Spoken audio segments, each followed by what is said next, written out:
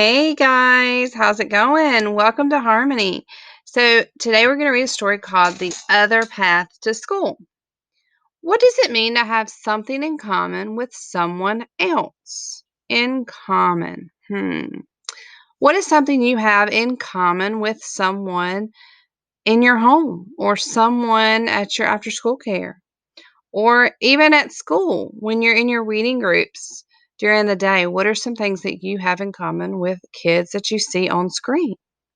So, in common, before we get started, let's talk about what that means.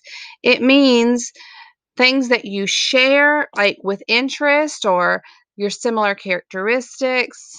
How many of us like to swim? Well, if you raised your hand, we have that in common. How many of us like ice cream? If you raised your hand, that means we have that in common. How many of us like broccoli? Did you raise your hand? How many of us raised our hand? If you raised your hand, it means we have that in common, that we share the likes of broccoli, that we like to eat broccoli. If you didn't raise your hand, it means we don't have that in common. It means that you probably don't like broccoli. And that's okay. We can still be friends, even though we don't have that in common. So I know that was kind of silly, right? Well, let's go on with the story and see what we can find out about our friends and what they have in common.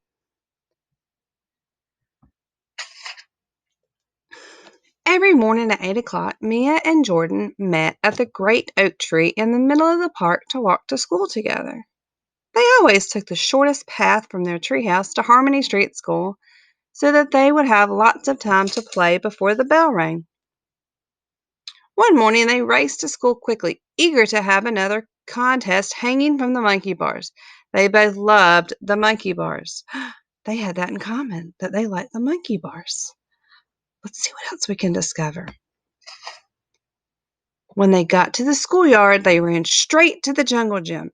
They stared right at each other and tried not to laugh as they hung onto the monkey bars for as long as they could. "Whew, I give up," said Mia, letting go of her bar.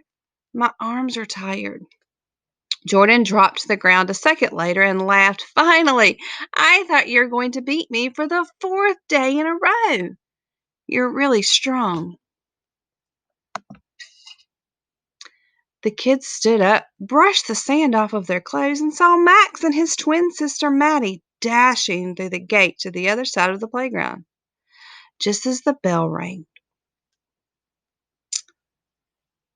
Max and Maddie were new to the class this year. Mia and Jordan didn't know them very well, but they didn't know that every day they got to school at the very last minute. The next morning, Mia and Jordan met at the treehouse and headed down the path to school. They heard some laughter in the distance and turned around to see Max and Maddie walking down a different path that went the opposite direction. "Where are those two going?" Mia wondered. Jordan shrugged. "I don't know, but that's probably why they never get to school on time." "Maybe they don't know the shortcut," said Mia. "We should ask them to walk with us." "But we don't even know them," answered Jordan. "Wouldn't that be kind of weird? What would we talk about all the way to school?" "Well," said Mia, "let's at least find out where they're going. Come on." They decided to follow Max and Maddie down the other path, and it was hard to keep up with the twins because they were walking so fast. By the time Mia and Jordan reached the curve in the path, Max and Maddie had disappeared. "I wonder where they went." "Now we'll never know where they were going," said Jordan. Suddenly, they heard giggling from behind the nearby bushes, and out jumped Max and Maddie. "Ah! You were hiding from us?" said Mia, excuse me. "Well, you were following us," replied Max. Jordan and Mia's cheeks turned really red. "Yeah, we were," they admitted. "Why do you think their cheeks turned red?" They were embarrassed. Exactly. "Why didn't you just ask where we were going?" wondered Max. Jordan looked at him shyly. Wouldn't it have been weird if we just started talking to you? Actually, it would be nice to have others to talk on the way to school, said Max. We don't really know anyone else. Hey, everybody, called Maddie from down the path. Let's hurry so we're not late for school. Come on. The four kids hurried down the path until they came to a tree with a pile of rocks next to the trunk. This is the place, said Max. He quickly climbed up the tree and scooted onto a sturdy branch. Then he pointed ahead, saying excitedly, Look at this! It was a bird's nest with 3 tiny eggs.